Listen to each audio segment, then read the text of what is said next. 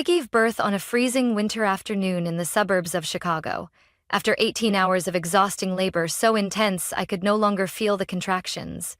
My body felt like it was being crushed from the inside out, and my mind clung to only one thought. My daughter was about to be born. Outside, snow blanketed everything, while inside the delivery room only a shattered yellow light flickered from the ceiling, and the sound of my own hoarse breathing filled the air.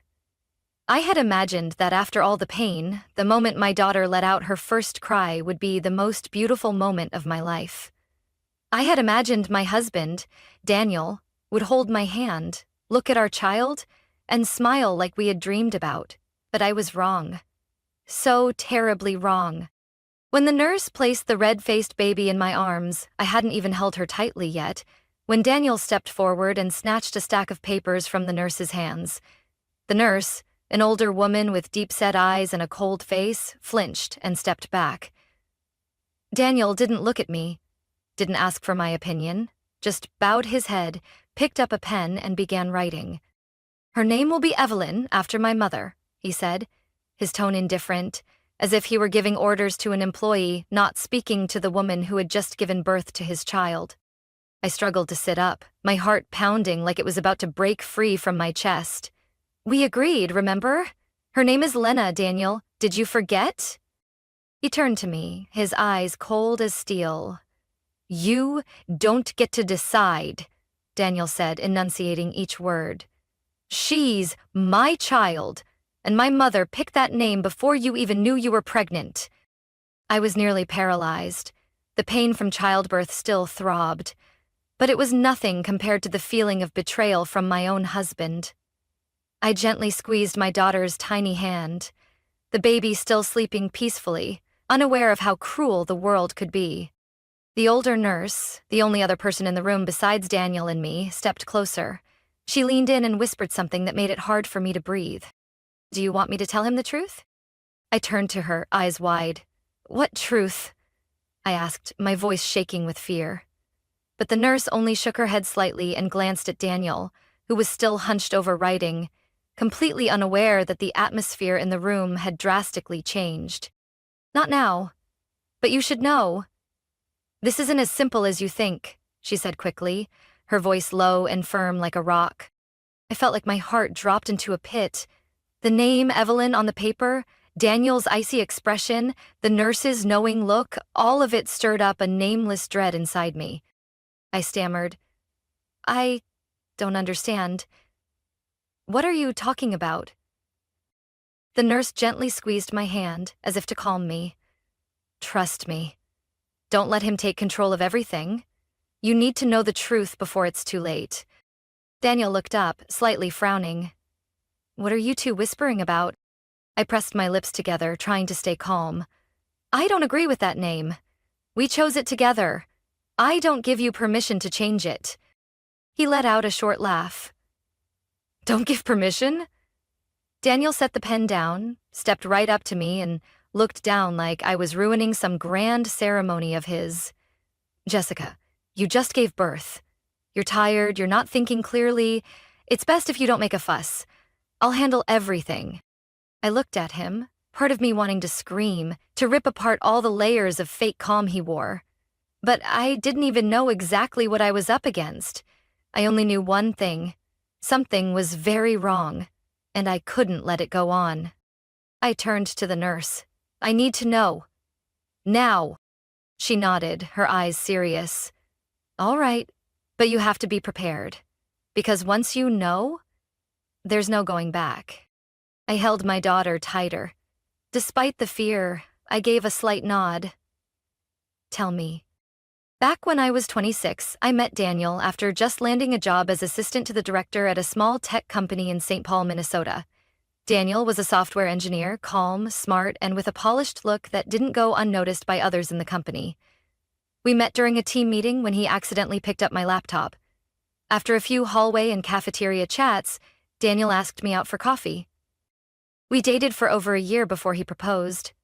I still remember the moment he knelt down in a garden of blazing red maple trees on a crisp autumn day, offering me a small but delicate ring. I thought I was the luckiest woman in the world. Until I met Patricia, his mother. Patricia was over 60, dressed elegantly, always wearing classic pearl necklaces and never seen without her bold red lipstick. She didn't yell at me or say anything outright rude. Patricia hurt with suffocating politeness, as if every word was carefully chosen to make me feel small and unworthy. At our first meeting, she looked me up and down with a distant expression and asked, "You went to a state university? I thought Daniel would choose someone from the Ivy League." I gave a stiff smile, but before I could respond, she turned to Daniel, as if I didn't exist. "Well, I suppose my son's taste is a bit more modest than I expected." Daniel just laughed it off and said nothing. I thought it was just a joke. But as time went on, I realized it wasn't. When we started planning the wedding, Patricia suggested changing the main color from blue to cream because blue makes you look washed out. She complained about the venue being not upscale enough and even asked if I could lose a few pounds to look better in the dress. I tried to be patient for Daniel's sake. He always said, "My mom is strict, but she means well." I believed him. I wanted to believe that once she got to know me, things would change. But that never happened. When I got pregnant, everything escalated. Patricia seemed to think that me carrying her grandchild gave her the right to control every aspect of my life. "Jessica, you really shouldn't eat cheese like that. It'll affect the baby's intelligence." "Which hospital are you planning to deliver at?" "The one where Daniel was born is the best." "I've already checked." "Don't listen to the doctors, they just say things to sound smart." When I was pregnant with Daniel, I only ate potatoes and eggs, and still gave birth to a perfect baby. I tried to explain that I had my own doctor and a clear healthcare plan, but each time, Daniel would sigh and brush it off. "Don't stress, she just cares about you and the baby." But I knew. She didn't care about me. She just wanted to control everything, even the baby who hadn't been born yet. I remember once she took me shopping for baby clothes but then picked out everything herself, all pink, all printed with the name Evelyn, her name. When I gently reminded her that we hadn't decided on a name yet, she just smiled. "No need to discuss it. That name is a legacy. I already talked to Daniel." I was stunned. Daniel had never mentioned that. When I asked him about it that night, he just said, "Yeah, she brought it up, but I figured, come on, it makes her happy. What's the harm?" That's when I started to feel afraid. Not of Patricia, but of Daniel. Afraid of his silence, his constant willingness to give in, making me feel like a stranger in my own life. I used to believe that being a daughter-in-law meant learning how to compromise, but I didn't think it meant giving up my own voice or sacrificing my daughter's identity just to please my mother-in-law.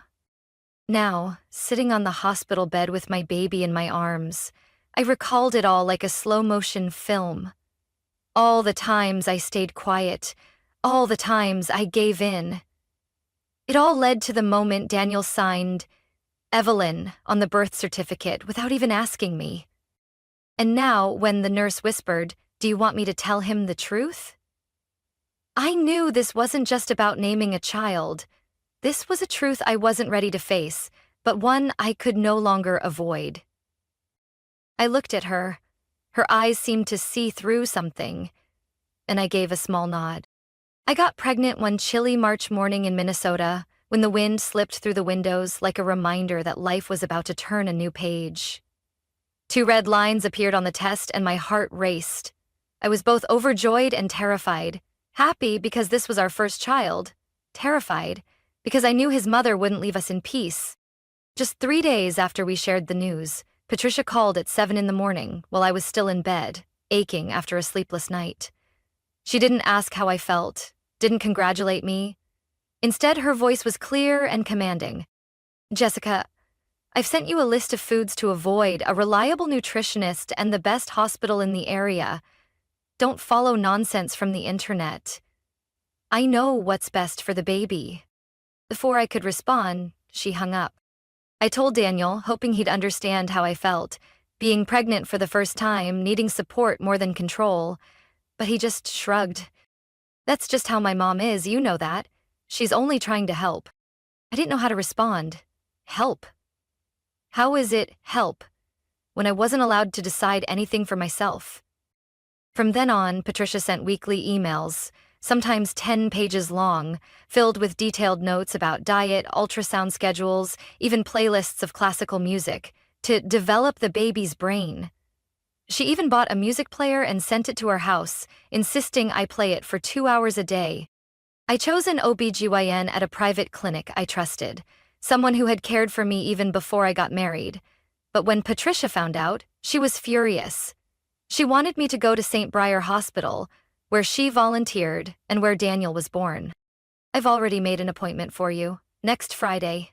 Don't embarrass me.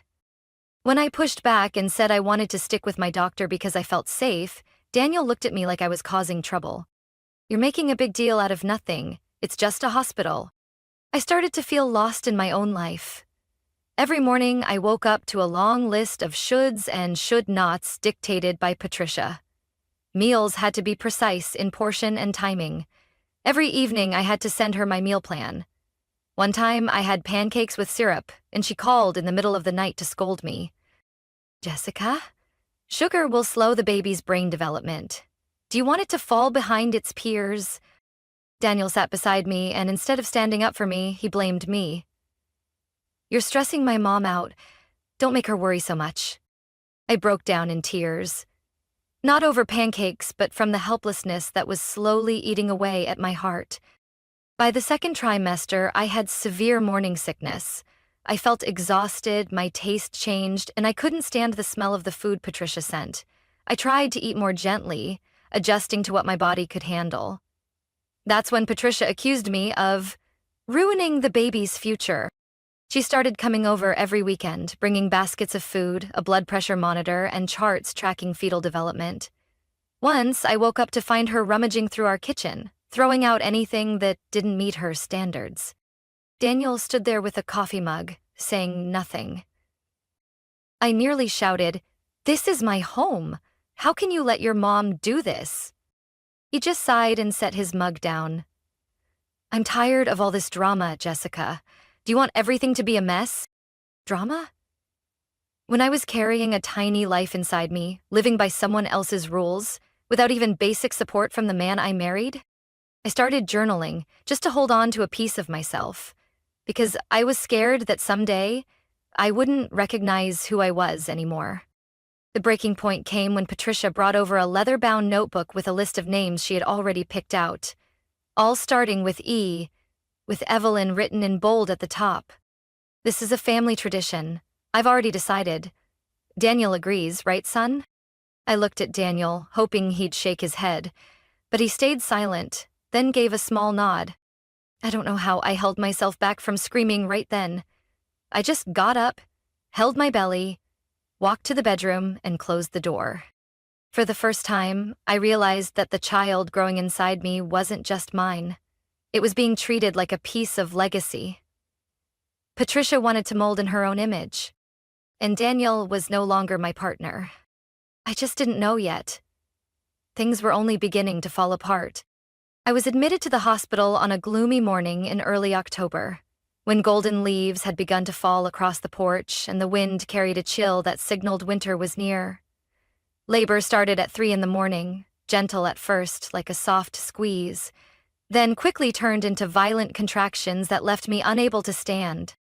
Daniel drove me to the hospital, but didn't say a word the entire ride. He was on the phone the whole time. Of course, with his mother, I remember his voice clearly, steady and unhurried. Mom, we're on our way. No, I've got the hospital bag. Yes, your name is already on the list, just like you said. His mother's name? At that moment, I was in too much pain to think straight. But deep down, a gnawing sense of unease began to rise. While I lay on the hospital bed, my back drenched in sweat, Daniel sat in a chair, eyes glued to his phone screen. He scrolled through the news, texted, and occasionally chuckled at someone on the other end. He didn't hold my hand once, didn't ask if I was okay. Even the nurse frowned and gave him sideways glances. I screamed through a contraction, my whole body trembling from the pain, and all he said was, "Don't be so loud. You're making everyone tense." When the baby let out her first cry, I thought I would burst into tears from emotion, but instead I felt a cold emptiness. I hadn't even held her for a full minute before Daniel stepped up, brushed my hand aside, and snatched the birth certificate papers from the nurse as if he were the only one with any right. "She'll be named after my mother." "Evelyn Jane," Daniel said, without even looking at me. I was confused. We agreed on another name. Lena Grace. We both agreed, don't you remember? He looked at me like I was a stranger. I didn't forget. I changed my mind, and you don't have the right to object. I was stunned. After 18 hours of labor, my body drained, my mind a mess, and now the man I'd shared my life with was trying to erase my voice completely. The nurse standing nearby, a woman in her 50s with short gray hair and sharp eyes, suddenly leaned in and whispered, soft as wind brushing my ear, "Do you want me to tell him the truth?" I turned to her, trying to steady myself. "What truth?" I whispered, my breath short and uneven. She looked at Daniel, then back at me, her eyes filled with determination. "Not yet. But you need to know. And you need to know now." I nodded. I didn't know what I was facing, but I could feel it was something big. I looked at Daniel. "You don't have the right to change her name without me." He chuckled. "I already did. And if you don't want to make this harder, it's best to stay quiet." I gripped the blanket tightly, trying to stay calm, but the nurse didn't stay silent. She stepped forward and firmly pulled the papers from Daniel's hands. "You don't get to treat her like this," she said, her voice cold as steel. "And if you think I don't know what you did with the insurance paperwork, you're mistaken." Daniel froze. "What are you talking about?" I looked up at the nurse. "Insurance paperwork? What's going on?" She sighed. "I checked when you were admitted. You're not listed on the parental insurance file. Only one parent is listed as legal guardian, and that's Daniel. You're not legally recognized as the mother." I went numb. My blood felt like it stopped flowing. "That can't be. I'm her biological mother." Daniel turned away, fists clenched. "You don't understand." "Then explain," I said, my voice trembling. "What did you do?" Daniel took a deep breath, trying to keep his composure. "I just arranged things to be safe. I needed to make sure that if anything happened, custody would go to someone responsible." "You're saying I'm not responsible enough for my own child. You wouldn't even listen to my mother." That's when it hit me. Everything. From the name Evelyn to the diet, the hospital, and now the legal documents were all pieces of a plan that Daniel and his mother had carefully laid out. A plan to push me out of my own child's life. The nurse stood tall, arms crossed. "She has the right to know. And I'll make sure the records are corrected. Today." Daniel stepped back, his expression shifting from anger to worry. I held my baby tighter, tears streaming down, not from pain, but from betrayal. I didn't know exactly what awaited me beyond that hospital door. But I knew one thing. I would not stay silent another second. I never imagined I'd be sitting in a hospital room, holding my newborn daughter, questioning whether the man I'd shared 3 years of marriage with was plotting to take away my right to be a mother. The nurse, Carol, still stood there, her expression firm like someone who had witnessed too many broken families through the lens of her scrubs. She placed a hand on my shoulder, light but steady. "We need to review all your records, Jessica, and I'll personally speak with the administration." Daniel stood frozen, his shoulders trembling slightly, eyes darting between me and Carol. He no longer looked composed, no longer in control. I saw the fear in his eyes, and it sent a chill through me. "What did you do?" I asked again, this time with a voice no longer shaking but steady and firm. "Why isn't my name on the paperwork? Why did you list yourself as the sole legal parent?" Daniel turned away, avoiding my gaze. "You don't understand, Jessica. I did what I had to do to protect the baby." I laughed, an empty, hollow laugh. Protect her? By erasing her mother from the records? You think that's the right thing to do? Daniel clenched his fists. My mom said, if you ever left, if you changed your mind, then I wouldn't have any rights to her. She was just being cautious. I could barely believe what I was hearing. So your mother told you to deceive me? So you'd have full custody if I ever walked away?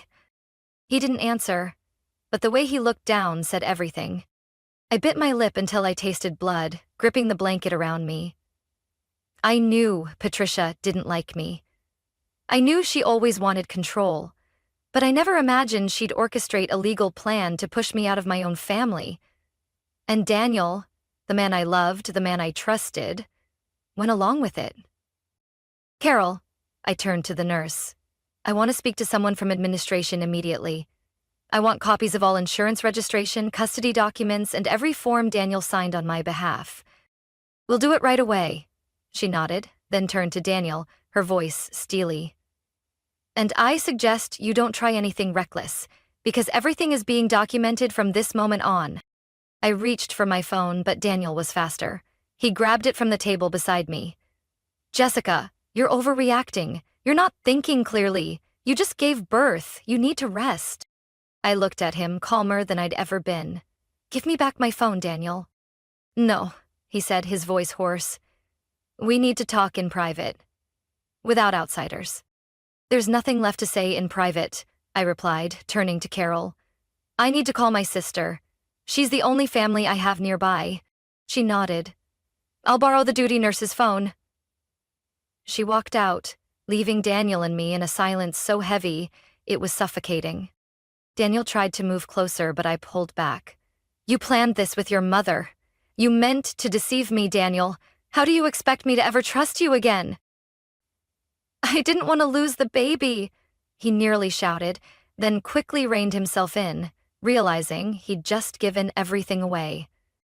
I looked up at him, feeling both heartbroken and clear-eyed. You weren't afraid of losing your child. You were afraid of losing control. And you were more afraid of losing your mother than losing your wife. Right then, the door swung open. Carol walked in with a younger woman wearing a badge that read Admin Supervisor, Nicole. In their hands was a thick stack of documents. Nicole placed them on the table, opened the folder, and flipped through the pages. Per Miss Jessica's request, here is the complete documentation related to insurance and parental registration. She stopped at one page and pointed to a bolded line. Legal guardian, Daniel Weston. I could barely breathe. Nicole looked at me with sympathetic eyes. Since this is a special circumstance and you're physically present, you have every legal right to amend the records. But I'll need identity verification and your written consent. I'll do it right now, I said without a second of hesitation. And I want every change documented and signed by a witness. Daniel stepped back, his face pale. Jessica, please. This isn't what my mom meant to do to hurt you. She was just thinking about the future. It wasn't her. It was you. You're the one who signed. You're the one who erased me from being a mother. I stood up, legs still shaky from giving birth, but my voice steady as stone. I won't let this happen again. Not to me, not to my daughter. And when Carol returned with the phone, I didn't hesitate to dial. My sister, Chloe. Danielle was less than 20 minutes away from the hospital. I held the phone to my ear, my voice strangely calm. Chloe, I need you. Come to the hospital right now. It's urgent. Less than 20 minutes after the call, Chloe, my sister, burst into the hospital room, her face full of worry. As soon as she saw me, she rushed forward, wrapping her arms around my shoulders, like she was afraid I might collapse at any moment. What's going on? You sounded terrified, Chloe asked, her eyes quickly scanning from Daniel to Carol, who was standing near the bed with a guarded expression. I didn't answer right away. Instead, I handed Chloe the file Nicole had just given me, a copy of all the insurance and guardianship documents. She flipped through a few pages, her initial confusion quickly turning into fury.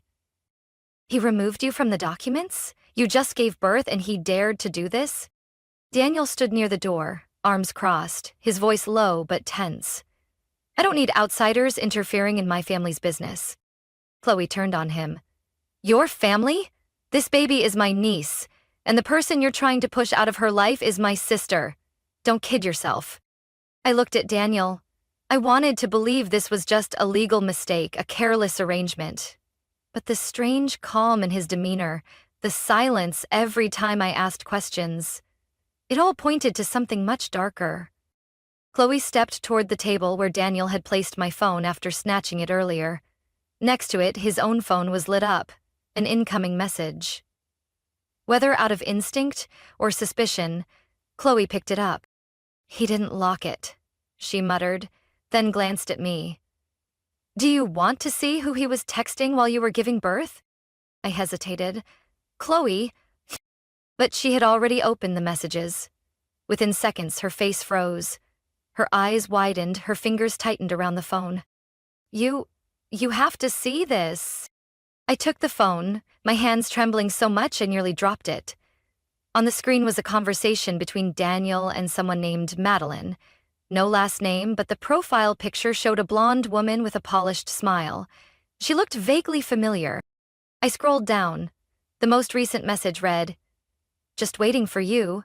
She'll have nothing once the baby is born. You and your mom took care of everything." My mind went blank, my vision blurred, but I could still read every word below it. I can't believe you're finally free of her. Soon, we'll be a real family. Chloe's voice was cold and sharp. You remember Madeline, right? Karen's daughter. Your mother-in-law's best friend? The one Patricia always said was beautiful, well-mannered, and more worthy of Daniel than anyone else? I felt like the air had been sucked out of the room. The pieces started falling into place.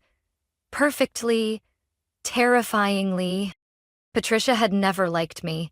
She'd always tried to push me out of Daniel's life, but I never imagined she'd go so far as to find a replacement. And Daniel, the man I trusted most, willingly played the leading role in this cruel scheme. You were seeing her? I asked, my voice almost unrecognizable. Daniel didn't answer, but he didn't need to. His silence said more than any excuse ever could. I pulled the blanket tighter around myself, trying to shield against the harsh truth closing in on me.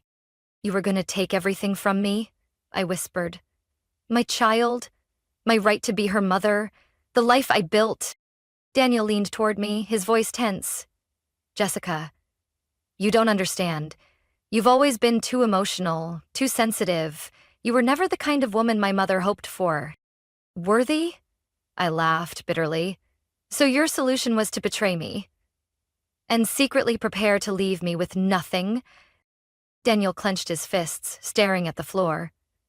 My mom said, if you ever walked away from the family, you'd drag me down with you. She said Madeline would help me go further. She believes Madeline is a better investment. Chloe slammed the phone onto the table, her voice shaking with rage. So, family is just an investment to you? And Jessica, the woman who stood by you when you had nothing, is just a liability? I looked down at my daughter, still peacefully sleeping in my arms. My mind swirled with pain, anger, betrayal. But beneath it all was a flicker of something stronger. Resolve. I turned to Chloe. Do you still have contact with Ethan, our cousin, the lawyer? Chloe nodded. Of course. I'll call him right now. And Jess, you're not alone in this. I held my daughter tightly, then looked Daniel straight in the eye. You just lost everything, Daniel. And this time, I'm the one rewriting the rules. I was still holding my daughter in my arms as Chloe dialed Ethan, our cousin, now a family law attorney in Minneapolis. Each ring echoed like a pounding heartbeat in my chest. I couldn't believe I had once seen Daniel as my rock. The man standing in front of me now wasn't a husband. He was a stranger who had quietly laid out an entire chessboard to cut me out of my own family. As soon as Ethan answered, Chloe didn't waste a second. Ethan, it's Chloe. Jessica just gave birth, but her husband is trying to take full custody of the baby. We have documents and witnesses at the hospital. We need to act now. Ethan asked only one question. How long is she staying in the hospital? At least 2 more days, Chloe replied. Keep every document. Don't sign anything else. I'll be there in under an hour. I nodded at Chloe, but my eyes stayed locked on Daniel. He was leaning against the wall, hands in his pockets, trying to look calm, but his right foot twitched, a telltale habit when he was nervous. He knew things were out of his control. I looked back at the table. The birth certificate still lay there, stamped with Evelyn Jane Weston. The name Patricia had chosen herself, carried out by Daniel like an obedient child awaiting his mother's command. I didn't need to think twice. Cradling my daughter with one arm, I reached out with the other, grabbed the paper, and coldly tore it in half, then again into quarters. Daniel flinched. Jessica? What are you doing? Taking back my right to be a mother, I said, not blinking. You won't control me, and you definitely won't control her. The sound of tearing paper cut through the heavy air like a blade, severing the last thread of what I had once naively called family. The door swung open, and, like a scene from a script I'd seen too many times, Patricia walked in, her heels clicking sharply on the polished tile floor. She wore a cream fur coat, flawless red lipstick, and swept the room with her eyes like she was the one who'd just given birth.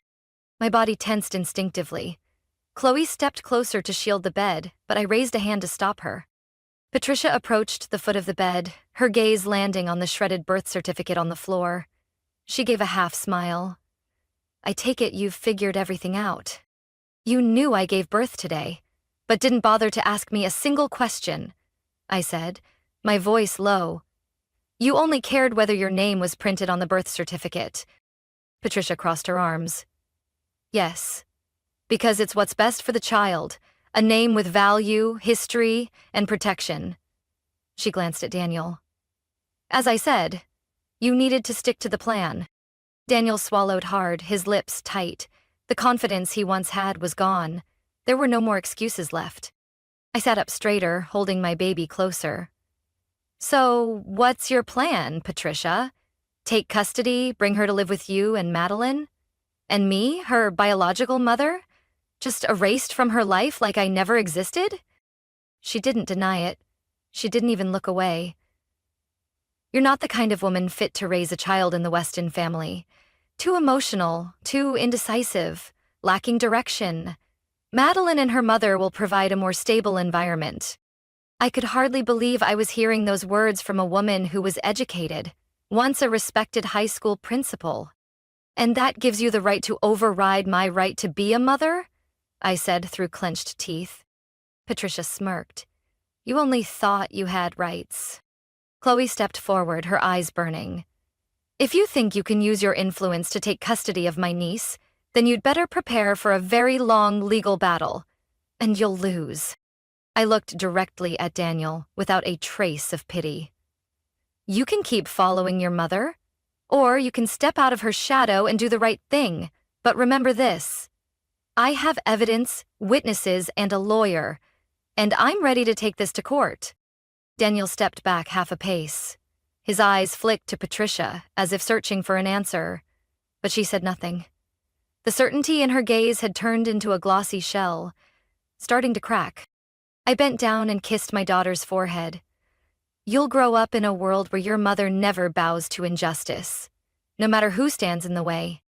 Daniel stood frozen, fists clenched at his sides, eyes clouded like someone waking up from a long, bitter dream.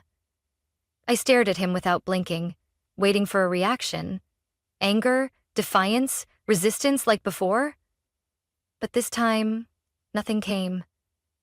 Just silence, stretching on like a held breath.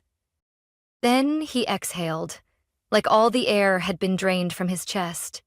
His shoulders dropped, the hardness fading from his face. I can't do this, Daniel said, his voice low like a confession.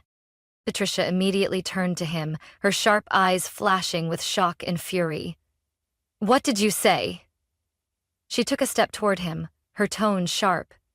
Do you have any idea how long we've prepared for this? How many years I endured to get you here, and now you say you can't? Daniel still didn't look at her.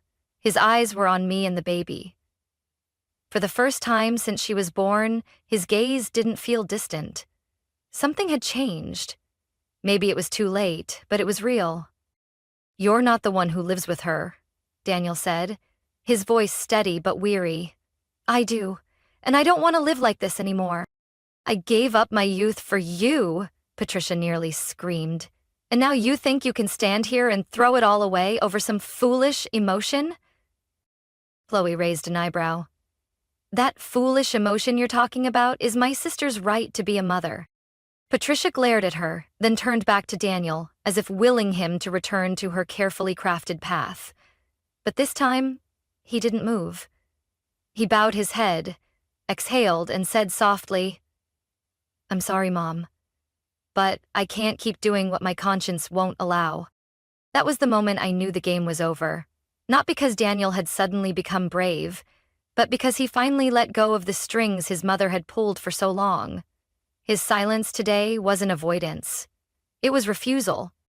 Patricia stood there for a few more seconds, her expression flickering between wounded pride and anger. Then she spun on her heel and stormed out of the room without another word. The sound of her heels on the tile floor echoed like the collapse of a crumbling empire. Daniel didn't follow her. The air in the room felt lighter, though still tense like a drawn string. Carol stepped forward, her voice calm but firm. "We need to fix the paperwork today, before there's any further interference from Daniel's family."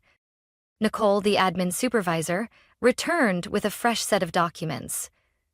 "I've prepared a new guardianship registration. Once you sign here, Ms. Jessica, we'll update the legal records, naming you as the sole legal guardian unless a court decides otherwise." I didn't hesitate. I took the pen. My hand trembled slightly, but my heart didn't. I signed each letter carefully, as if laying the foundation of my life all over again. This time, I wasn't being led by anyone. When I set the pen down, Nicole nodded. "The records will be updated today, and all previous changes, including your husband's unilateral filing, will be voided." Chloe turned to me, gripping my hand. "You don't have to fight alone anymore." Daniel remained still, as if trying to come to terms with the consequences of his own actions. He opened his mouth but said nothing. Maybe he wanted to apologize, maybe he was just looking for a quiet way to back out. I didn't care. I lifted my daughter higher, gazing into her tiny, barely opened eyes. "No one will ever make decisions for you again," I whispered. "From now on, you'll live the life you deserve. Free, loved, and respected." The door closed softly behind us, but I knew that from this day forward, every old door had slammed shut. Ethan arrived about an hour later and immediately began working with the hospital's legal department to file a comprehensive signed and witnessed report. We had everything: proof of Daniel's falsification, messages with Madeline, Carol's testimony, a copy of the altered birth certificate, and now the new legally binding documents. There was nothing left to lose, and nothing left to fear.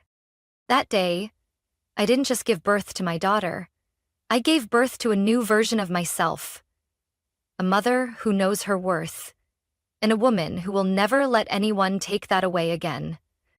I left the hospital on a gray Tuesday afternoon, the Minnesota sky thick with clouds, a soft breeze rustling the bare tree branches like the whole world was shedding its old skin. I carried my daughter, little Lena, wrapped snugly in a beige fleece blanket, her tiny face nestled against my chest, her breathing steady like a gentle lullaby. Daniel didn't come with us.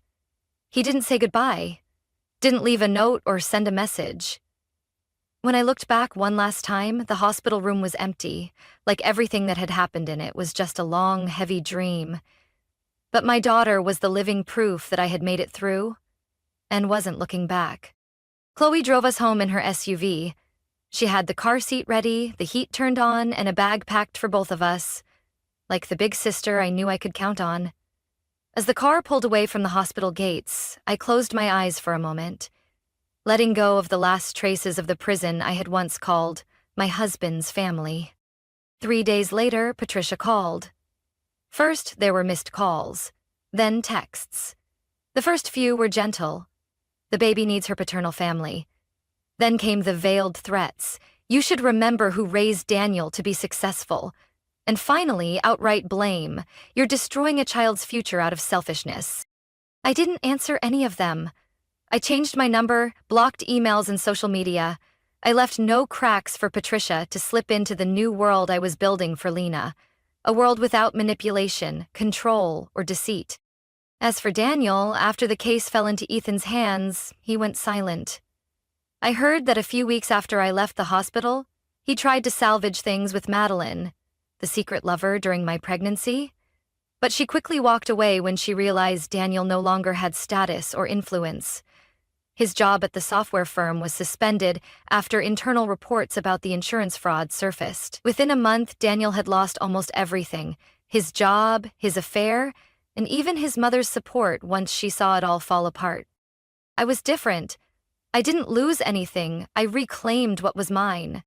I filed for divorce just 1 week after returning home. Ethan handled all the paperwork personally. Daniel didn't contest it, didn't show up at the first mediation. He probably knew that everything he did in that hospital had been documented, witnessed, and recorded. The more silent he stayed, the more he avoided an even bigger lawsuit. Life after that wasn't easy. I had many sleepless nights with Lena crying, mornings when my eyes were swollen from exhaustion. But in every tiny hug, every soft breath as she napped on my chest, I felt a peace I had never known before. I returned to part-time work from home, taking small freelance projects in financial analysis, my field of study. Chloe helped care for Lena on weekends, and Ethan provided legal support whenever I needed it. I wasn't alone. And most importantly, I was no longer under anyone's control. I wasn't looking for revenge. I didn't need Daniel or Patricia to pay for what they'd done. The truth was, they brought that ending upon themselves, with poor choices, by valuing power and pride over love. I didn't win with cruelty. I won by protecting my daughter from a future controlled by people who didn't deserve her. And above all, I reclaimed freedom, for her and for myself. One early spring morning, I took Lena to the park near our home. Soft sunlight fell across her fine hair, and her eyes opened wide, seeing the world for the first time with a pure, untainted gaze. I sat down on a wooden bench, held her close to my chest, and whispered, "This is where we begin again, Lena. Just us. And I promise, no one will ever take you from me again." She didn't respond, of course, but I saw her smile as if she understood everything, and I smiled too, light as the breeze. Not because I'd forgotten what had happened, but because I had moved beyond it. Through my own story, I realized not everyone who carries the title family stands for protection and love. Some use it as a weapon to control, to violate freedom and dignity. But when you dare to stand up, to defend your voice and your right to be a mother, you don't just save yourself, you give your child a future free from manipulation. Sometimes, freedom begins with the courage to say, enough. What do you think about Jessica's story and the choice she made? Share your thoughts in the comments below. And don't forget to follow the channel for more emotional stories and powerful life lessons about family. I'm Elizabeth, 42 years old, the owner of a luxury resort in Charleston, South Carolina. A place where even the cobblestones reflect the precision behind every decision I've made over the past 10 years. People often say I'm the kind of woman who misses no detail, and maybe they're right, because I built all of this from nothing. No capital, no support, no one believing I could. And yet now, when people mention Ellington Manor, they think of me as a symbol of grace and resilience. But there's one place where I always feel small, invisible. The house in Raleigh, where my mother and sister live. The place I once believed was family. I hadn't returned there in nearly half a year, not because I was too busy, but because I knew exactly what would be waiting behind that white-painted door. November in Raleigh carries the scent of dry leaves and soft wind, but as I stepped onto the porch, all I could smell was the familiar weight of unspoken expectations and the tightening in my chest. My mother opened the door, her smile arriving right on cue, but her eyes, they remained the same, void of warmth. Elizabeth, still wearing all dark colors, huh? You know there are tones that make you look more alive, she said, kissing the air near my cheek, her hand smoothing the shoulder of my blouse like I was a rough draft in need of fixing. I gave a polite smile. Hi, Mom. My father was already at the dinner table, eyes glued to his plate of roast beef like it was solving world hunger. Not a word, not a glance. And then there was Catherine, my younger sister.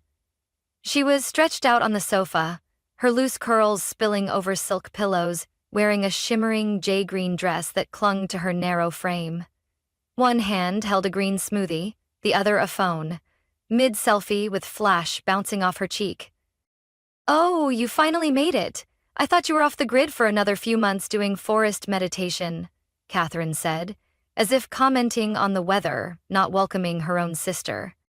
I sat across from her, took a deep breath to steady myself. The table was set with our mother's best china, usually reserved for holidays or what she called constructive conversations. I should have caught the hint. Dinner began with suffocating stillness. Mom complimented the weather, Dad mumbled something about gas prices, and Catherine live-streamed part of the meal, carefully angling her camera to avoid showing me. I should have walked out then, but I stayed. I thought maybe this time would be different. Maybe they actually wanted me there because they missed me. Catherine set down her glass and stood up, raising her wine like a press conference mic. My 35th birthday is next week, she declared, her eyes sweeping the room like a spotlight. And I've decided to throw a film festival-themed bash, think Hollywood with a touch of Paris glamour. I paused mid-bite, waiting for the inevitable. And then it came. Estimated cost is around 90 grand. Don't worry, she beamed. You've got it covered. I mean, it's not like you ever spend money on anything fun anyway. Silence. My mother tilted her head, her smile drawn on like pencil. Catherine has really planned everything. You've been given so much, Elizabeth. Sometimes, giving back is just a way to show gratitude. I looked at my father. He kept eating. Not a word. That was the moment I realized I wasn't family. I was an emotional, financial, and tolerance-based bank. I set my fork down. My chest turned to stone. And I knew this wasn't the end. This was just the overture to a performance they assumed I'd still quietly play along with. I drove back to my apartment in silence, gripping the steering wheel until my knuckles turned white. My mother's voice echoed in my head. You've been given so much, Elizabeth. Sometimes, giving back is just a way to show gratitude. Gratitude? I had spent my entire youth building a career, an empire of hospitality from scratch. I'd survived financial collapses, sleepless nights over blueprints and spreadsheets, mornings of back-to-back meetings and nights of relentless pressure. And now, their version of gratitude was a demand to fund a party I hadn't even been allowed to refuse.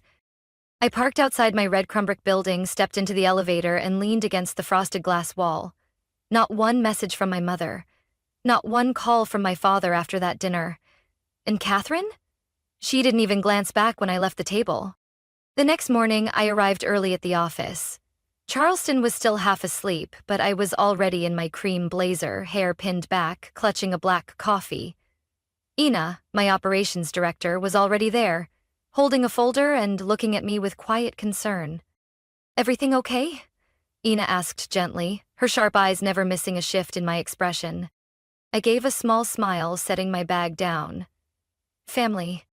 Ina nodded, asking nothing further. She understood better than anyone. We were reviewing the event calendar for the upcoming month when my phone buzzed. I froze at the caller ID. Catherine. I hesitated, then answered. Are you busy? Her voice had that lazy, spoiled tone, like she had just rolled out of bed. I'm in a meeting. What is it? I need you to approve my birthday budget, she said lightly, like she was ordering extra candles for her bedroom. Watch it. The birthday party in Malibu, remember? I sent you the full breakdown in an email. Everything's already planned. You just have to sign off. I opened the email. There it was. Event plan, Catherine's 35th, with a 3-page itemized budget. A 2-day party, private beach, cocktails, a DJ flown in from New York, fireworks, limousine service from the airport. The total, nearly $95,000. I read each line slowly, trying to grasp why she thought this was normal. And then, the last line hit me like ice water. Sponsorship, Elizabeth Westwood, confirmed by parents. My grip on the phone tightened, the cold from my hand crawling up my arm. I never agreed to fund any part of this, I said, voice steady and low. No need to be so uptight, Catherine said with a hint of a smirk. You're not married, no kids, no one to worry about but yourself. Mom said it's time you shared a little. I didn't respond. Her words fell like tiny shards of glass, cold and cutting. You get it, right? She added sweetly. You're the responsible one. You're the chosen one. I hung up without another word. Less than an hour later, I got an email from my mother. Subject, family love. The body was a long paragraph sprinkled with thank yous for my constant sacrifices, compliments on my success, and ended with a message that sealed it all. You're the pride of this family. And Catherine, she just wants one special day in her life. Don't make it harder for her, Elizabeth. I stared at the screen, feeling as heavy as stone. No one had asked if I wanted to be involved. No one thought I had the right to say no. They didn't wait for my answer. They had already assumed I'd say yes. They didn't need me to show up. Just my signature. And my bank account. That evening, I sat alone in my marble-tiled kitchen, warm golden light casting a soft glow over my glass of red wine. I opened an old photo on my phone. Me, my parents, and Catherine the year I opened Ellington Manor. They were all beaming, so was I, but now I saw it clearly. I was the only one not leaning on anyone. I used to think success would make them see me differently, but no. To them, I was always the fixer, the fallback when bills piled up and dreams needed funding. This time, I wasn't sure they were ready for the answer. No. I was at the office, eyes skimming through emails like they might lift the pressure squeezing at my temples, when Ina walked in, holding her phone, face tense. You need to see this, she said, handing it to me. I took it and looked at the screen. A video posted a few hours ago on Catherine's Instagram account, filmed from inside a car as she drove past my house in Charleston. The old 1930s home with faded roof tiles, a flower-covered balcony and white-painted walls worn with time. Catherine's voice rang out, sweet and laced with sarcasm. This is my sister Elizabeth Westwood's secret hideaway, the resort queen herself. Who would have thought, right? Living in a house straight out of a detective novel? She giggled. Maybe she's going for the mysterious recluse look? Or is this part of a disguise show? Laughter came from the back, clearly her new boyfriend, someone I hadn't met. Below the video were hundreds of comments. Wait, she's a billionaire and lives like that? That house looks depressing. Classic rich but doesn't know how to enjoy it. Maybe she's saving money for that $90K birthday bash. I couldn't tell what upset me more. The mocking tone in Catherine's voice, the snide laughter from strangers, or the feeling of being dragged into a spotlight I never consented to. I set the phone down and sat silently for a few seconds. You okay? Ina asked, her voice low. I nodded, though fury simmered just beneath my skin. Not because of the criticism, not because my home was filmed, but because my own flesh and blood was the one who handed me over for ridicule. Catherine hadn't just crossed a line. She'd torn it down completely. I sat there for a long time afterward, watching sunlight dance through the blinds, scattering golden shapes across the wooden floor. I had chosen that old house because it gave me peace, because I didn't need a castle to feel full. But now, that simplicity had been turned into public amusement. I opened Catherine's Instagram again. She was still posting stories, footage from her dress-fitting studio, Zoom calls with her set designer, snapshots of a 3-tier gold-trimmed cake sample. Everything seemed finalized, and of course, still assumed to be funded by me. Not a single message asking what I thought, how I felt, just silence and expectation. That night, I didn't go home. I drove to Ellington Manor, walked slowly through the white marble lobby where the chandelier glowed softly like afternoon sun. I sat in the second-floor conference room, opened my laptop, and created a new folder. Catherine, personal.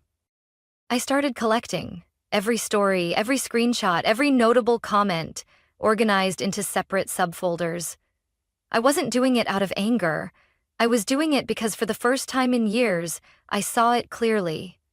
I had let them define my worth for far too long, and I wouldn't let it continue another day. The next morning, as I entered my office, Ina was already waiting, holding a cream-colored envelope stamped by a major Los Angeles event firm. "This came in for you this morning." Sender, Catherine Westwood, via her manager. I opened it. Inside was a venue deposit contract for the birthday party. My name was listed under financially responsible party. No signature from me, but a neatly typed line, verbal confirmation from Elizabeth. I looked at Ina. "She thinks I won't check." "She thinks you'll keep tolerating it," Ina replied. "Like always." I didn't answer. I just nodded, then picked up my phone and typed a message. "I am not sponsoring any of your events. Take the video down immediately or risk a complaint for unauthorized filming. And do not send any more contracts under my name. Your sister no longer cleans up your messes." I hit send, then powered off the phone. 3 days after I sent that message to Catherine, no one responded. No apology, no explanation. I figured they finally realized I meant it this time. Then, on Wednesday morning, just as I arrived at the office, the receptionist informed me my mother was waiting in the lobby. No appointment. She had never been here before, not once in the 10 years I'd built Ellington Manor. I stood inside the conference room, looking through the glass. My mother sat stiffly in a high-backed leather chair, hands folded neatly over her beige designer purse. She looked like she was waiting for a lawyer, not her daughter. I signaled Ina to open the door. "Elizabeth," my mother smiled, but it wasn't a warm, motherly smile. It was rehearsed, just warm enough to pass, without masking the urgency behind her eyes. "You're surprised," I said, polite but cool. "Yes, I know," she replied, standing. I thought it was time we spoke directly, instead of letting misunderstandings fester. I invited her into my office. Ina shut the door, and the air inside thickened with something hard to name. Not quite tension. Not quite peace. My mother placed her purse down, then pulled out a folder in a leather sleeve. I recognized the type, not handwritten or printed at home. This was a professionally bound, contract-style document. "I think you should take a look at this," she said, voice steady. I opened the folder. In front of me was the detailed budget, Catherine Westwood's 35th birthday celebration. Every item was clear: lighting, audio, celebrity guests, transportation, red carpet. And at the bottom, highlighted in blinding yellow, "Primary sponsor, Elizabeth Westwood, confirmed via third party." I looked up. "What third party?" "I've been coordinating with the event team," she replied, as if it were the most natural thing in the world. "And, there's another document I need you to sign." She took out another envelope, this time from Greystone and Miller, a law firm I knew represented the Landon family. Catherine's boyfriend's side. I flipped through the pages, and in the financial clause, one line chilled me. In the event the primary party, Catherine Westwood, fails to complete payment, financial responsibility will be automatically transferred to the designated sponsor, Elizabeth Westwood, including all event costs, contract penalties, and applicable legal fees. "I haven't signed anything," I said, voice low but firm. "But I confirmed it," she said casually, like she was talking about reserving a lunch table. "You're the only one who can afford it. And, you know Catherine. She's still finding her footing." I stood, gently pushing my chair back. You want me to be legally responsible for an event I wasn't even invited to plan? Elizabeth, don't be dramatic. She softened her tone. You've always been the reliable one. Everyone trusts you. I trust you. No, you don't trust me.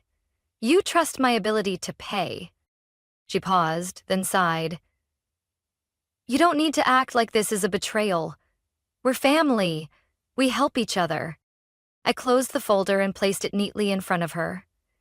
Helping doesn't mean being manipulated. She stared at me. Something in her eyes shifted, no longer soft but laced with frustration and disappointment. You've changed, she said. You've become cold. I smiled faintly. Not cold, Mom. Just clear-headed. She didn't say another word, just stood up, straightened her coat. I hope you'll reconsider.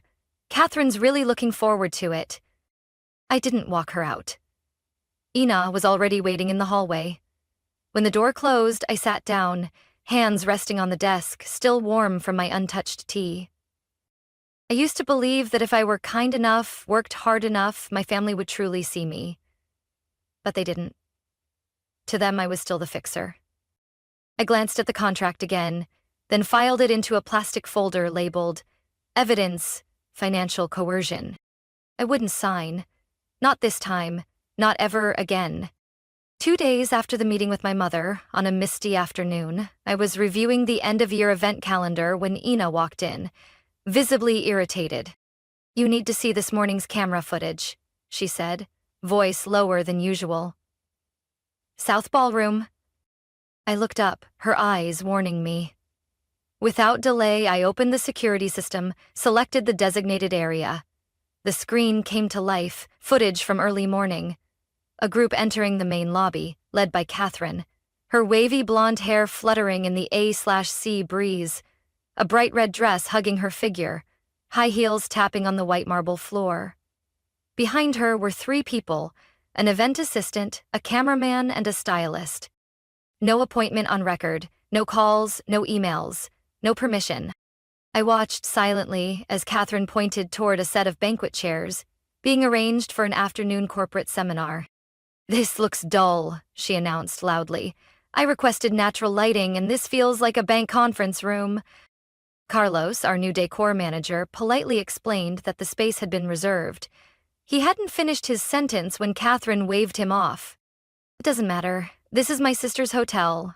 I'm sure we can be flexible, right? I focused on Carlos's face, caught between unreasonable demands and his sense of duty. Catherine walked over to the dessert samples for tomorrow's wedding showcase. Artisan cakes from a renowned pastry chef. Without asking, she pinched off a piece, tasted it, then grimaced. Too sweet. Who approved this? The footage continued. She circled the ballroom, waved for mock-ups to be removed, demanded alternate music options, even called for a complete change of table linens, none of which had been scheduled or booked. Switching to a side camera, I saw her filming a TikTok, captioned, "Scouting the perfect venue for my birthday bash at my sister's super fancy hotel." She twirled, smiled at the camera, and whispered, "We're going to remodel everything. Don't worry." I shut the laptop and looked at Ina. She thinks I won't find out, Ina said. No, Catherine knows I will. She just didn't think I'd do anything. I stood, walked to the file cabinet, and pulled out a folder I'd started the week prior when things began to cross the line. Label: Unauthorized behavior. Internal. I opened my laptop, uploaded the footage to a subfolder titled Evidence. Every minute, every word, every expression, clear and undisputable. I want you to contact legal, I told Ina. Have them review all usage regulations and flag any commercial filming done without written consent. Ina nodded, jotting it down swiftly. And one more thing, I continued, voice steady. Have security tighten ballroom access. From now on, no one enters without a scheduled appointment, family included. Ina pressed her lips together. Do you want me to send a warning to Catherine? I shook my head. No. Let her think everything's still under control. I don't need a warning, I need action. That evening, I didn't go home early like I usually did. I stayed late in the office, eyes fixed on the event calendar glowing on the screen. During Catherine's birthday week, the ballroom had already been booked by a company for a young leaders conference. I smiled. Catherine thought she was playing on my turf, but forgot I didn't just have the keys. I laid every brick. And from this moment forward, everything she touched would leave a trace. A trace I would use as evidence. That morning, Charleston was drenched in sunlight. The light reflected off the small lake at the entrance of Ellington Manor, where the ancient oaks whispered something old in the breeze. I stood before the mirror in my upstairs office, fingers adjusting the navy blazer buttons. Not glamorous, not overdone, just me, sharp, composed, no performance necessary. Ina walked in without knocking, our eyes meeting in the reflection. Their car just arrived, she said. Everything ready? I asked. Ina nodded. Every detail. I exhaled softly. Good. Then let the show begin. Downstairs in the grand lobby, Catherine walked in like she was the star of a primetime drama. Black sequin dress hugging every curve, oversized sunglasses covering half her face, footsteps confident, as if the whole place had been designed solely for her entrance. Trailing behind was Beckham, her fiancé, tall, polished, eyes scanning the space with the calm precision of someone in finance. With them were his parents, Mrs. Judith and Mr. Frederick Calloway. People who had learned to read rooms with inherited ease. Catherine led the group down the main hallway, chattering nonstop. This room will be the main reception. I've requested all new LED lighting. Oh, and the staircase? I'm thinking white orchids cascading all the way down. My sister really likes that stuff. She's got kind of a vintage thing. She laughed. No one else did. And who owns this place? Judith asked, her voice soft but carrying weight. Catherine faltered for half a beat. My sister. But I really help manage a lot. I oversee the big events. I picked that exact moment to descend the stairs. Each step echoed on the marble, deliberate and sharp. No introduction needed. The room paused as I appeared. Welcome to Ellington Manor, I said, locking eyes with Catherine's stunned expression. I'm Elizabeth Westwood, owner and executive director of this estate. Beckham blinked, like he hadn't heard me correctly. Judith nodded slowly, a faint smile tugging at her lips. A pleasure, Miss Westwood. You've made quite an impression. Catherine froze, uncertain how to react. For the first time in her life, she had no words. You didn't tell me you'd be here today, she said quietly, voice dry. I don't need permission to show up where I belong, I replied, eyes still on her future mother-in-law. The energy in the room shifted. Frederick took a step back, scanning the lobby, as if recalibrating everything he thought he knew. You built this yourself? He asked, voice low and direct. Brick by brick, I said. It started as an abandoned building. I spent 3 years restoring it, got through 2 hurricanes and countless sleepless nights. Now, Ellington Manor is one of the premier event destinations in the Southeast. Beckham turned to Catherine, brows furrowing. I thought you said you ran the place. Catherine stammered. I just meant I help out. She's busy, so I handle small things. I didn't answer. I turned to Ina, who had approached from behind. Ina, would you please escort the Calloways to the West Garden for afternoon tea? I'll join shortly. Of course, Ina said with a pleasant smile, gesturing for them to follow. Catherine lingered, face flushed with confusion. What are you doing? She whispered, frantic. I stepped closer, leaned down and whispered back. Catherine, I don't need to bring you down. You're doing a brilliant job all by yourself. She stood frozen as I walked away. Outside, the sunlight danced across the stone path leading to the garden. Glasses clinked softly amid birdsong in the afternoon air. Judith sat with perfect posture, lifting her teacup, her thoughtful gaze fixed on me. My daughter could learn a lot from you, she said. Not for your wealth, but for how the world quiets when you enter a room. I smiled, completely steady. Not proud, just finally ready for this moment I'd waited long enough for. 3 days after the party, Ellington Manor returned to its usual rhythm. Fresh flowers adorned the grand lobby, table linens were folded perfectly, and the crystal chandelier still cast its soft glow as if it hadn't just witnessed a silent upheaval. I was in my office, a cup of warm chamomile tea beside me, when Ina walked in. I just got an email from the Callaway Group, she said calmly. They thanked us for their experience at Ellington and requested to reserve the West Garden for their next quarter's private event. This time, they asked to work directly with you.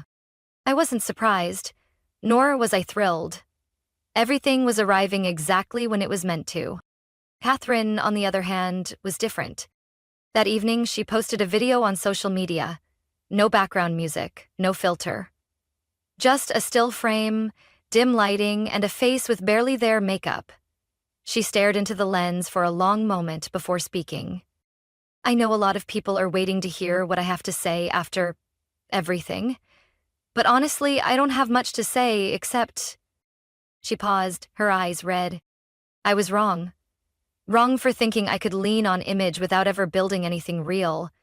And even more wrong for not respecting the one person who always held things together behind the scenes. I didn't watch the whole thing, not because I was angry, but because I didn't need more words. I'd heard enough over the past 30 years. I turned off my phone, placed it face down on the desk, and looked out the window, where the golden light of evening soaked the treetops in the yard. A week later, I received a single text from my mother. No exclamation mark, no emojis. Can you come for dinner this Sunday? I'm making your favorite roast. I read the message, paused for a few seconds, then put the phone down. No reply, no anger, no hesitation. I didn't need a dinner to prove I was loved. I used to believe that if I worked hard enough, sacrificed long enough, my family would truly see me, that they would choose me, not for my usefulness, but because I deserved love. But then I realized some doors never open, no matter how many times you knock, not because you're not good enough, but because they were never meant for you. That night, I didn't go to my parents' house. I poured myself a glass of red wine, opened the balcony doors, and let the night breeze drift through my little home, glowing in golden light. I put on an instrumental jazz track, sat on the floor, leaned against the wall, and propped my feet on a chair. No one asked where I was. No one called. No one complained. There was only stillness. And for the first time, that stillness didn't feel lonely. It felt free. I used to think peace came when someone changed, when they admitted fault, when they apologized. But no. Real peace comes when you stop reshaping yourself to fit those who never cared to see you clearly. I didn't win through rage. I didn't scream, I didn't punish. I just walked away. Not because I stopped caring, but because I started caring more about myself. I didn't need them to see me. I just needed to see myself, clearly and completely. I'm Elizabeth Westwood. I'm not a walking wallet. I'm not someone's shadow. I'm the woman who built her own dream, and I don't owe anyone an apology for that. On my desk now is a new file, a proposal to expand the resort to the southern coast. Ina says it's still an untouched area, but full of potential. I nodded. We'll head out there next week. It took me many years to learn. You can't choose where you're born, but you can choose where you belong. I choose a place where laughter is real, silence isn't weaponized, and my whole self, exists. And for me, that's enough. From my own story, I've learned one simple truth, earned through a long journey. You don't have to keep sacrificing to prove your worth to people who never truly saw you. Peace doesn't come from others' approval. It comes the moment you stop pleasing them and start living for yourself. Family isn't the place that makes you feel small. It's the place where you're allowed to be yourself. And if that place doesn't exist, you have every right to build it on your own. Now tell me, what do you think of Elizabeth's story? Have you ever been in a similar situation? Share your thoughts in the comments below. And don't forget to follow this channel for more honest, emotional stories about family and life. I never wanted to become a doctor. That might sound strange to say, especially while wearing the white coat, the symbol of a profession seen as sacred and admirable. But it's the truth. To me, medicine felt like a gilded cage, glamorous, full of expectations, but it trapped my soul for years. I'm Susan Hartley, the only daughter of two top surgeons at Boston General, a hospital they've dedicated their lives to. To everyone else, I'm Dr. Hartley, the brilliant daughter carrying on the family legacy, always smiling in graduation photos, new medical center openings, and annual healthcare galas. But behind that polished exterior, I live another life, one my family has no idea about. In the quiet world of art, I am Celeste Gray, a name unknown just a few years ago, but now one of the most sought-after contemporary artists in New York. My paintings hang in Manhattan's prestigious galleries, with pieces auctioned for hundreds of thousands of dollars. And the irony is, no one knows that Celeste Gray and Dr. Susan Hartley are the same person. This morning, standing in the grand lobby of Boston General, freshly renovated for the new specialty care wing, I felt the cruel irony of fate sharper than ever. The new center launched its Healing Through Art initiative, and right there on the main wall was my latest painting, a vibrant, abstract piece pulsing with life, like a heart mid-beat. Sold anonymously under the name Celeste Gray, it went for $1,800,000. The person who signed off the budget for that piece was my mother. She stood next to me, tilting her head with a puzzled expression. "I don't understand modern art," she muttered, lips pursed. "Just messy streaks of color. Almost $2 million for this? What was the hospital board thinking?" I gave a strained smile, trying to keep my voice calm. Maybe they wanted to add some warmth to a space that feels too sterile. My father arrived, his white coat crisp, holding a thick patient file. "Well, at least it makes this place look less like a morgue," he muttered, then turned to me. "Still, I think they should have spent that money on upgrading the MRI machines." I bit my lip, hiding my reaction. If they knew those messy streaks came from the sleepless nights I spent sneaking away from shifts to paint, that I used the money from that very piece to fund the pediatric wing, how would they look at me? That night, after a grueling 30-hour shift, I didn't go home. Instead, I slipped quietly into my tiny studio in Brooklyn, the only place I could truly breathe. No stethoscope, no mask, no suffocating expectations, just colors, light, and raw emotion. I turned on some music, took off my medical watch, slipped out of my white coat, and put on my paint-stained smock. On the easel was a half-finished canvas, deep reds tangled with purples, like a heart both crushed and screaming for freedom. I picked up my brush without thinking. Pain, pressure, all of it poured out in each stroke.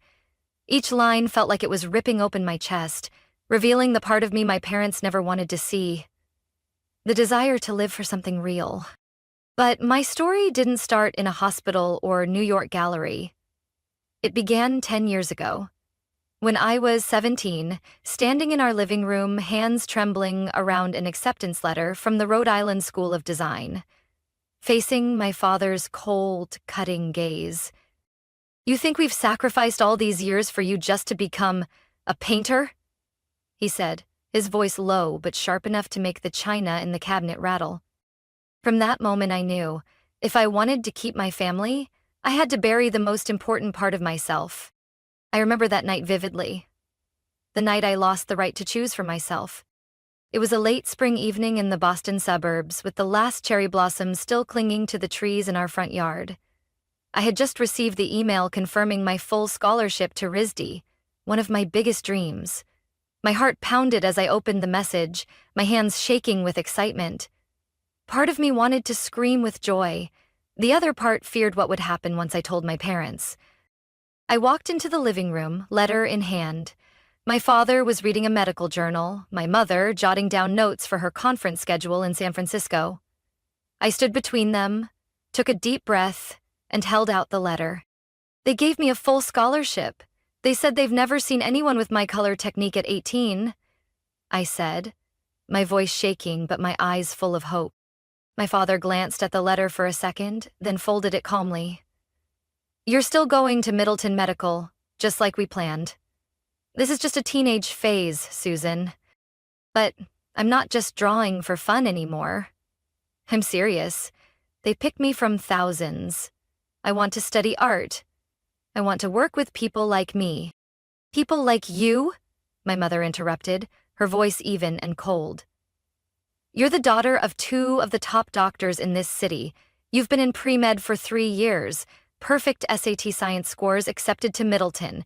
You are not some starving artist. I don't want to be a doctor, I whispered, feeling like I had just committed a sin. My father's eyes darkened. You think being an artist is easy? Look at your cousin Mark. He studied music composition.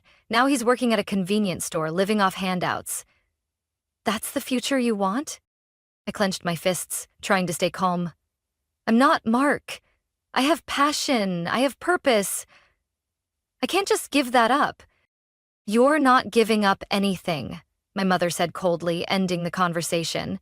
We've invested everything into your medical future. We don't invest in delusions. From that moment, my life veered down a path I never chose. I declined the scholarship, withdrew from RISD, and enrolled at Middleton Medical, the same school my parents once attended and now taught at. People called me the next Hartley legacy, proud and full of expectations with every word. But I felt suffocated. By day, I studied anatomy, cardiology, neurology, dissected soulless models. At night, once the world went quiet, I snuck off to a small attic studio in Dorchester I paid for with my own savings. That's where I became myself again. That's where I was, Celeste Gray. I chose that name one winter night, snow falling beyond the worn glass window. Celeste for the blue of the sky, Gray for the dull gray of the life I was trapped in. A name both dreamy and grounded, the perfect mask for my truth. I painted non-stop, as if each drop of color on the canvas could say what I never dared speak. I sent my work to an independent gallery in New York with a short email. I'm new, but my art will make you look twice. Don't ask for my real name, just call me Celeste Gray. I expected nothing. But a week later, I got a reply from the gallery owner. Ethan Blair. Your work has something unique, a sense of control without losing emotion. Send me 3 more pieces. Let's begin. And that was when the 2 worlds began to form. By day, I was a top medical student. By night, I became an anonymous artist, creating paintings critics described as raw, intuitive, as if each stroke was a heartbeat. That first year, I sold a painting for $25,000, my first income from art. I didn't spend a cent, I saved it, as proof that the path I once dreamed of wasn't a fantasy. I painted more, lived less. During hospital shifts, I jotted down symptoms, but also noticed expressions, hands, eyes, everything I would later translate onto canvas. They say art reflects life, but for me, art is the only place I'm truly alive. I don't know how long I can maintain this double life, but one thing I know for sure, if the truth ever comes out, I'll either lose my family or lose myself. And I wasn't sure if next time I would still choose to sacrifice. Throughout my years at Middleton Medical, I learned how to hide the brightest parts of myself behind a composed gaze and a meticulously professional demeanor. My schedule was so packed that an average person would have likely burned out. Classes from morning till evening, overnight shifts. And when the city finally slept, I would throw myself into a small studio just to let my heart breathe. Ironically, the more exhausted I was physically, the more intensely I painted. The stress, the pressure, the sleepless nights. All of it spilled out in layered strokes, full of emotion, yet astonishingly controlled. That's when I began to realize medical knowledge didn't take me away from art. On the contrary, it gave me a completely different lens. I no longer painted only with emotion. I painted with deep anatomical understanding. Muscle groups, blood vessels, bone structures. I infused them into my art like a symphony of science and instinct. My work started to develop a unique voice. Not purely abstract, not fully realistic, but something in between. Sharp as a scalpel, yet soft as morning mist. In my second year of med school, after a 40-hour shift with no sleep, I painted a triptych in a single night. When I finished, I collapsed on the floor from exhaustion, paint still on my hands. Ethan, my gallery rep in New York, exhibited them in an independent art show. Within just 3 hours, the entire set was bought by a Swiss collector for $180,000. I couldn't believe it when Ethan called me during a dissection lab and simply said, "Congrats, Celeste. We've just entered a new level." I couldn't tell anyone. My classmates thought I was buried in textbooks, my professors saw me as a model student, and my parents texted proud messages every time I topped an exam. And me? I quietly wired that first big payment into a separate account, then went back to learning anatomy as if nothing had happened. After that, my artwork started gaining more attention. Critics began describing Celeste Gray with odd phrases, surgical brushstrokes, emotion structured through anatomy, an improbable fusion of science and soul. Ethan warned me never to reveal my identity. They love the mystery. A med student by day, a famous painter by night, no one will believe it's true, and that's exactly why they can't stop looking at your work. I guarded that secret like a flame, one that both sustained me and could burn everything down at any moment. And so, the years passed. I studied and painted, healed and created. Sometimes I wondered how much of me was living authentically, but every time I stood in the OR or faced a blank canvas, I knew. Both of those people were me. Not split. Not fake. By my final year, I had sold over 24 pieces. One painting I made on Christmas night, while others gathered with family and I was on call in the ER, was auctioned at a Paris charity gala for a record $650,000. That painting, titled Heartbeat in the Snow, depicted a real human heart. But instead of red, I used cold blues and shimmering silvers. By graduation, I had earned over $5 million, enough to buy a small island off the coast of Maine. Something Ethan half-joked about every time we planned Celeste's next getaway. "You know," he once said while we sipped coffee at a little cafe in Soho, "Celeste Gray could disappear any time, but Susan Hartley will always exist as a doctor. That's fascinating." I just smiled. Fascinating? Maybe, but also deeply conflicting. Every time my artwork made a magazine cover, I couldn't share it with friends. Every time a reporter requested an interview with Celeste Gray, I declined, saying, "She doesn't appear in public." That double life felt perfectly balanced. Until the night Ethan called me near midnight, his voice buzzing with excitement and worry. "Celeste, do you know? Your latest piece was just chosen as the centerpiece for the Modern Art Museum's new exhibit. They want to hang it in the central atrium, but they're requesting the artist attend the opening." I froze. Part of me wanted to nod, step into the light, tell the world who I was. But the other part, the one that knew my parents would never forgive me, whispered, "Don't." I hadn't answered yet, but deep down I knew. My double life was approaching its greatest test. And maybe, the moment everything I'd worked so hard to hide would unravel. I had no idea it would all begin to fall apart because of one painting. Last week, Boston General, the hospital where I had just completed my residency, hosted the grand opening of its new pediatric center, a project my parents had championed for nearly a decade. It was their pride, their legacy fulfilled, and I had been invited as a standout young physician. I arrived in my white coat, composed and polished as always, masking the storm inside. What I didn't expect was the painting displayed prominently in the main lobby, My latest work, Breathing Between the Pauses, an abstract piece of chaotic interwoven color streaks anchored by a single thin golden rhythm line running across it, a symbol of perseverance amidst disorder. I had submitted it to the gallery in New York under the name Celeste Gray just a month prior. Ethan said a medical organization bought it for $2 million. I didn't ask who. And now it was here, right in front of my parents. My mother tilted her head, frowning slightly. "I don't get it," she murmured. "Modern art feels jarring. Why put this right at the entrance? It makes patients uneasy, not calm." I tried to stay composed, but my fingers tightened around my coffee cup. My father stepped up beside her, hands in his pockets, eyes as cold as ever. He looked at the painting with near disdain. "Wish they'd spent that money on better ventilators for the ICU," he muttered. $2 million for a shapeless mess. Ridiculous. I turned away. My heart pounded, not with anger, but with the realization that the truth couldn't stay hidden much longer. Ethan was right.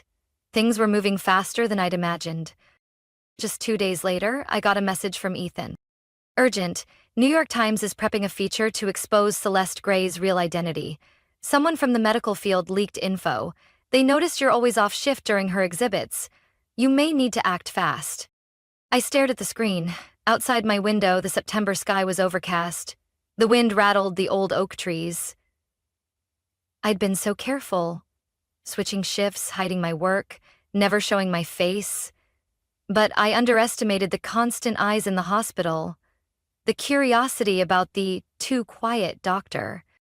"Can we stop them?" I asked Ethan over the phone, my voice shaking. "No, unless you confirm or deny it. But denying won't work. You need to decide. And if you want, I can arrange for Celeste Gray to make her first public appearance at MoMA's opening." I sat on a park bench near the hospital. An elderly woman passed by, holding the hand of a little girl skipping along. Neither of them knew I was holding 2 lives together by the thinnest of threads, about to snap. I looked down at my hand, still stained with blue paint from last night's piece, silence in the curved line. I once believed secrecy was the only way to survive, but now, as everything threatened to come to light, I wondered, if I told the truth on my own terms, could it change everything? That evening, I sent an email to MoMA's organizers. Celeste Gray will appear at the upcoming exhibit opening. I will speak the truth. No anonymity, no hiding. Then I sent another message, for the first time, inviting my parents to an art event. "Mom, Dad, Friday night, 7 p.m., MoMA. There's something I need to share." No long explanation, no plea, just one chance, if they still wanted to listen. The next 3 days passed like a stretched wire. Rumors spread through the hospital. Art forums buzzed with Celeste Gray revealed. Some even placed bets on my real identity. I avoided social media, buried myself in work. But every time I walked past that painting in the lobby, I felt like I was seeing my own heart exposed. Friday night, the museum was packed.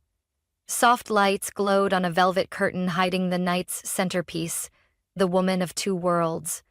A painting of a woman in a white coat, but her shadow behind her held a paintbrush. Colorful lines formed a heartbeat, some misaligned. As if that heart had once lost its rhythm, then found it again. I stood backstage. Outside were the press, colleagues, strangers, and my parents. Ethan gave my hand a gentle squeeze. "Your moment. Do it your way, Susan." I nodded and stepped into the light. The lights in the auditorium dimmed. The room seemed to hold its breath.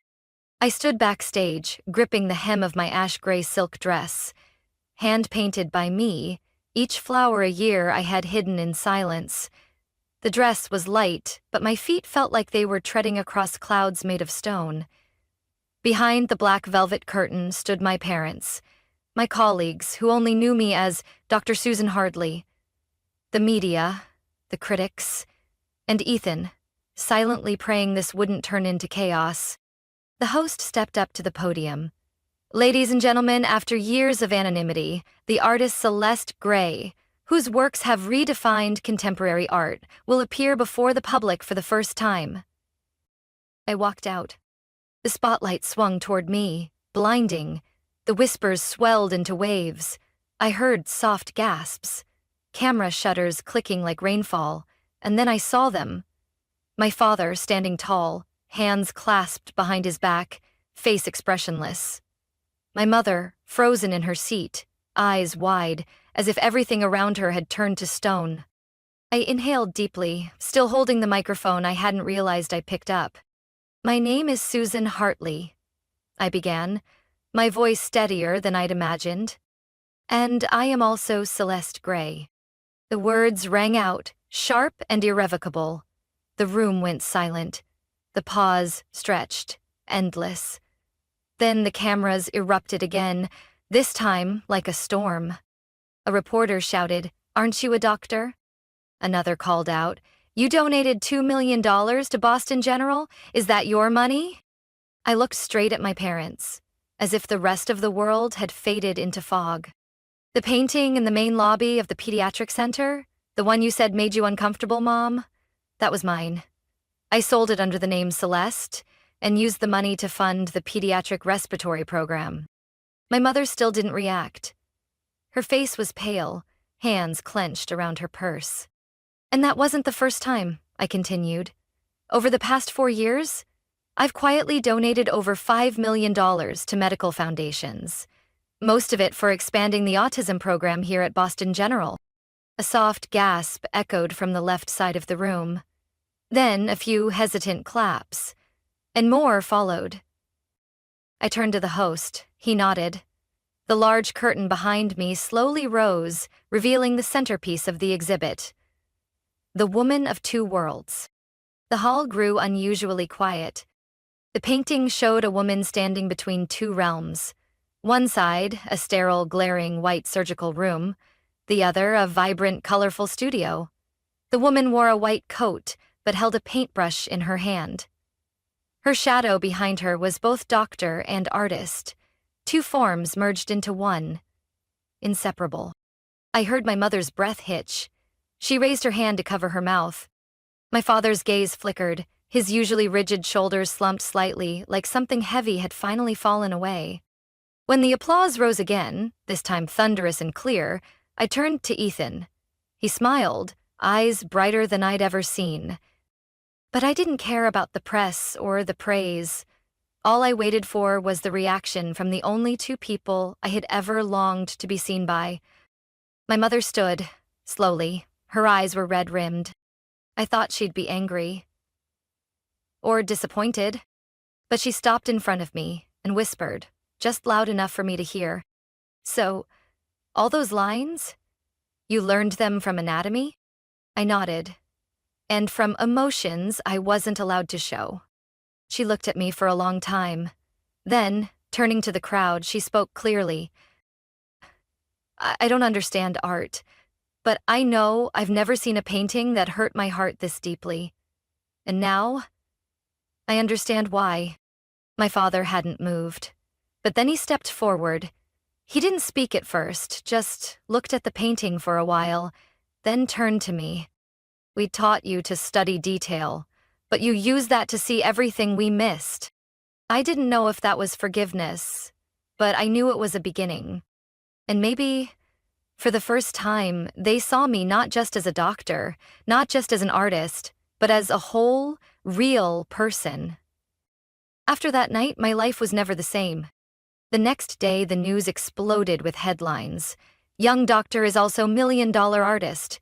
Celeste Gray is Susan Hartley, daughter of Boston's top surgeons?" At Boston General, colleagues looked at me differently. Some with admiration, some with doubt. But I was used to that. Living between two worlds had never been easy. A few days later, when I returned for my first shift since going public, something unexpected happened. I passed the main lobby of the pediatric center, where, breathing between the pauses, still hung proudly on the white stone wall. Below it, a new brass plaque had been added, engraved with a work by Dr. Susan Hartley, where art doesn't just heal hearts but touches souls? From May 22nd, it was doomed. I stood in front of it for a long time, until my father walked up, as quiet as ever. He didn't speak right away, just stared at the painting, longer than I'd ever seen him look at anything not related to medicine. Finally he spoke, his voice low and rough. "You painted a real human heart and kept its rhythm alive. That's no small feat." I turned to him, stunned. My father, who had always seen art as unrealistic, was now praising the feeling in my painting. He continued, more slowly. "I taught you to read the body's map, but you painted a map of emotions I never understood, and maybe I never wanted to." For the first time, I saw his eyes soften, as if every expectation, every pressure he had unknowingly placed on me, was starting to lift. I didn't know what to say, just that something heavy inside me had finally been let go. That day, during a hospital board meeting, my father, the most respected voice in the room, stood up during a debate about whether the painting in the lobby should be auctioned off for a hospital fundraiser. "No," he said firmly, "we keep it. Not just for its artistic value, but for its human value. It's a reminder that when we stop forcing people to choose one path, they can create something none of us ever imagined." After the meeting, he even proposed adding the painting to a new training module on art-based communication in medicine, an initiative I had never imagined could exist at Boston General. As for my mother, she visited my studio for the first time one rainy afternoon. She didn't bring flowers or gifts, just a clear umbrella and a small box of homemade apple pie. She stood by the shelf of canvases, gently touched an unfinished piece, then said, "Do you remember how I used to scold you for drawing on the walls? I scrubbed them all clean, but now I wish I had saved one." I froze. Her voice wasn't trembling, nor soft, it was simply honest. A truth long overdue but no longer hidden. "I don't understand this world," she said, glancing over the scattered palettes. "But I'm learning. I just signed up for a beginner's painting class at the community center." I laughed, not because it was funny, but because I felt an impossible weight lift. For a moment, I felt like a child again, finally allowed to draw on the walls without getting scolded. Since then, things haven't been perfect.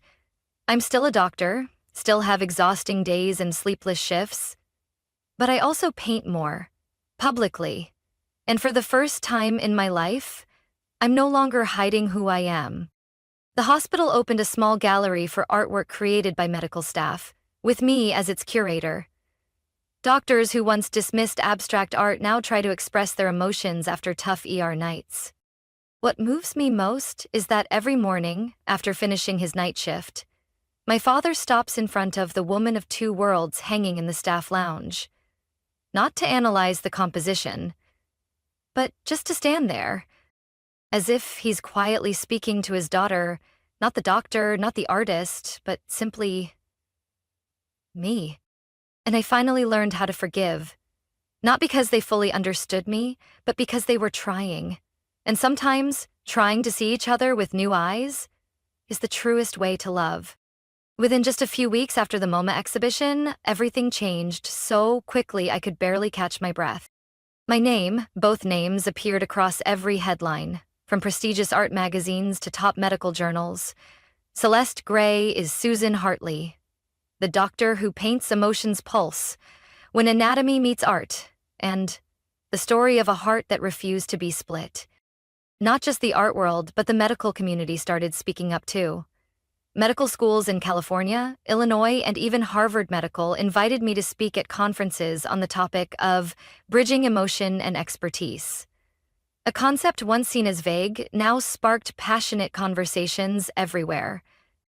Boston General officially launched the art therapy program for inpatients and medical staff, with me as the director. What started as a small experiment soon drew in hundreds of participants. Painting sessions after shifts became a space where doctors, nurses, and techs could release exhaustion through color and form, not charts and diagnoses. One day, I saw Dr. Michael Simmons, the former chief of internal medicine, known for his strictness, quietly blending oil pastels beside a terminal cancer patient. No words were spoken, but I knew something had changed. Not in my position, but in how people had begun to understand what healing truly meant. My Brooklyn studio, once my hiding place, became an open space for weekend classes, where I taught young patients how to express their inner world through brushes. The first painting hung on the classroom wall was by a 7-year-old girl. Her heart wasn't red, but purple, surrounded by tiny golden dots. She called it a heart that shines in the dark. I can't count how many times I've choked up looking at things like that, because to me that is the purest form of art. Not fame, not auctions, just honesty. From someone who once lived a double life, I now live one life, fully. Every morning, I walk into the hospital carrying my worn leather bag, with both a stethoscope and a sketchbook inside. My white coat now bears a new name tag, Dr. Susan Hartley/Celeste Gray. There's nothing left to hide. Breathing between the pauses is now protected by UV glass, proudly displayed in the hospital's main lobby. Below it is a small brass plaque engraved in 2 fonts, one formal, one graceful. Dr. Susan Hartley, Celeste Gray. Where medicine and art meet, where the heart doesn't just beat, but feels. Every time I walk past it, I see patients stop to read. Some smile, some touch the glass, some turn to their children and say, "She's mommy's doctor." And every time, I know stepping into the light that night was the best decision I ever made. One early autumn afternoon, I was invited back to Middleton Medical School, the place where I once buried my true self for years, to give a speech at the opening ceremony. I stood at the podium, looking out at hundreds of students, most just 18 or 19, full of hope, but also confusion, just like I once was. "I used to think success only came when you wore the white coat," I said, my voice echoing through the hall. "But now I understand.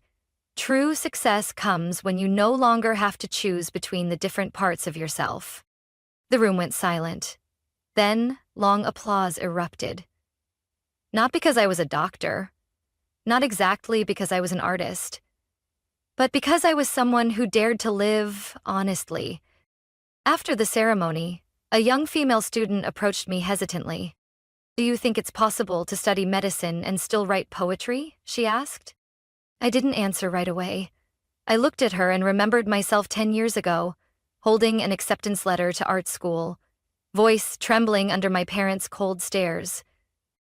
"Not only is it possible," I smiled, "sometimes it's the very thing that makes you a great doctor." That night, when I got home, I opened the door to my studio. A fresh canvas waited on the easel, bathed in soft yellow light. I placed my hand on a brush and began to paint.